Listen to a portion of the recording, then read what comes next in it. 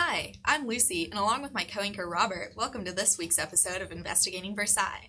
Last week, Christine, Jared, and Richa discussed trade during the reign of Louis XIV. This week, we're here to dissect the main event of episode 4, the War of Devolution. So Versailles presents the War of Devolution as largely a tense standoff between Louis and Philippe. This is probably a dramatic liberty taken by the writers. From a historical standpoint, the war was largely a walkover of Spain by the much stronger France. So we're here to inject a little bit of historical intrigue in what appears to be a cosmically dull war. Well, for starters, the conflict being known as the War of Devolution is certainly odd. It's not a very catchy name. So what exactly does that mean, Robert? To understand the War of Devolution, one has to go all the way back to the Treaty of the Pyrenees in 1659. The treaty ended a conflict between France and Spain, and it also presented Louis with his wife, Marie-Thérèse. To make the deal, Marie-Thérèse was forced to renounce claims to any Spanish possession she may have had, provided her dowry of 500,000 escudos was paid. And how much money was that approximately? It was a lot. It was more than ever reasonably could be paid, and it never was paid. This is the heart of the issue. So when Philip IV of Spain died 6 years later, his successor was Charles II. Charles was only 5 years old, and by all accounts, in very poor health as a consequence of repeated intermarrying. Yikes. Yeah, in fact, he didn't even learn to walk until age 8. Oh, wow. Yeah, so Louis claimed that because the dowry had never been paid, property in the Spanish Netherlands devolved, hence devolution, to his wife. So Louis just made up reasons to go to war with the Spanish? This sounds like a pretty shoddy legal argument to me. It was, and it's also perhaps the most interesting part in the politics of the War of Devolution. They say that the pen's mightier than the sword. In this case, it really was.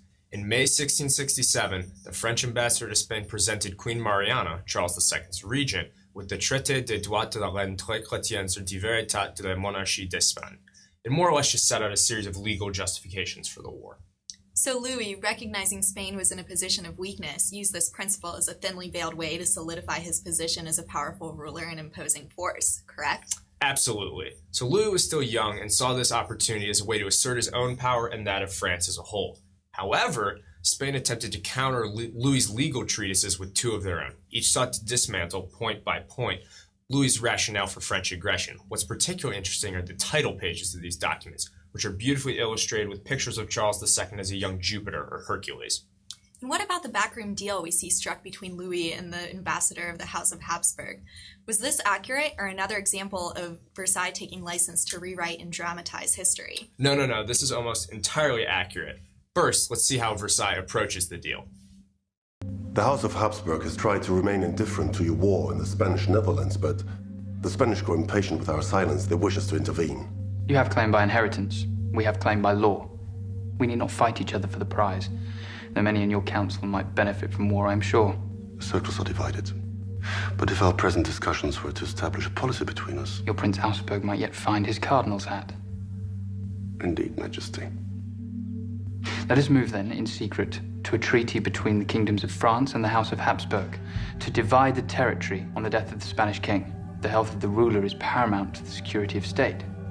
Your Majesty, your face. Because both Louis and Leopold I of the Holy Roman Empire thought that Charles II would die before attaining sole possession of the throne, they brokered a deal to split Spanish possessions when that day came. However, it never did. Charles II made out of his minority, and the secret pact could never be acted upon. Well, what the war lacked in battlefield intrigue, it made up for in fanfare. In this episode, we see a field full of large, ornate tents and two brothers, Louis and Philippe, parading around the battlefield in flashy clothes. Let's take a closer look. My plan is very simple. Here. If we were simply to pull our line into this valley. Then they would follow our retreat. Allowing our cavalry to ride in from the east. Closing the circle. They would have nowhere to run. The king!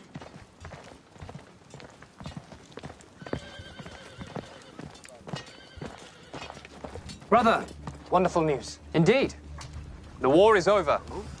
How much of that opulence was really there? It all seems a bit over the top to me. Well, Voltaire, almost a century after the War of Devolution, wrote, in this campaign of 1667, where a young monarch who was fond of magnificence held the most brilliant court amidst the fatigues of the field, everyone prided himself in showing a taste for splendor, elegant living, dress, and equipage. Voltaire was not exaggerating. It is well known that Louis XIV brought ministers, lovers, and other members of the court who had little or nothing to do with the war along to the encampments. Wait, so Louis bringing a cavalcade of mistresses and ministers actually happened? Yeah, exactly. During the War of Devolution, Louis took not only the Queen, Marie-Thérèse, but two of his mistresses, Louise de la Vallière and Madame de Montespan, as well.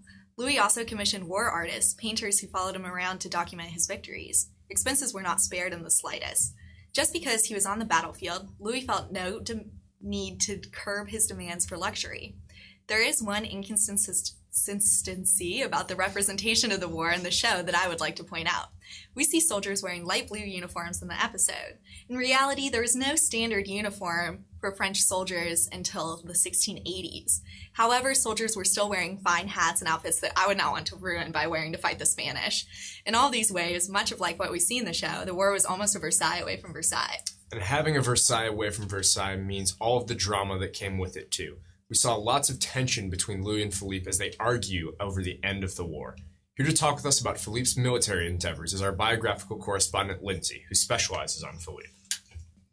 Thanks, Robert. Philippe I, the Duke of Orleans, and the only brother of Louis XIV, was known for his silly behavior and flamboyance at court. In contrast to his portrayal as a strong battlefield leader in this episode, the famous court historian Saint-Simon described him as a pot-bellied little man propped up on heels like stilts, gotten up like a woman with rings, bracelets, and jewels everywhere, with more vivacity than intelligence, no one so soft of body and mind. Because Philippe was not allowed to have any role in government or significant property outside what was provided by the crown, the military was the only aspect of Philippe's life in which he was permitted to meaningfully and officially help his brother with statecraft. Philippe's first military involvement was in fact during the War of Devolution. Although Philippe lacked an official command position during this war, he went to the front as a learning experience, and his actions there made him very popular. He was especially known for exposing himself to enemy fire, which the king could never do because of the danger, and for rewarding troops with money, which gained him loyalty. But in the show, Philippe is a commander during the war who is revered and respected. Was this all made up? Not quite. While the War of Devolution whetted Philippe's appetite for war, his chances for real glory did not come until years later. The king promoted Philippe to lieutenant general of the French military, the second in command to Louis himself. Although historical figures such as Voltaire claimed that Philippe simply played at war and left the fighting to the professionals, he was actually quite capable as a commander. He led independent armies in the Franco-Dutch War, which was an expensive and destructive war, but allowed Philippe to make a name for himself. He was known for executing and even exceeding the king's orders for sieges as the second in command. At the siege of Orsay, for example, the French almost suffered a loss when men started fleeing the trenches, but the Chevalier de Lorraine, coincidentally Philippe's lover, fought back the Dutch with the cavalry, and Monsieur roused the men in the trenches with promises of food and money.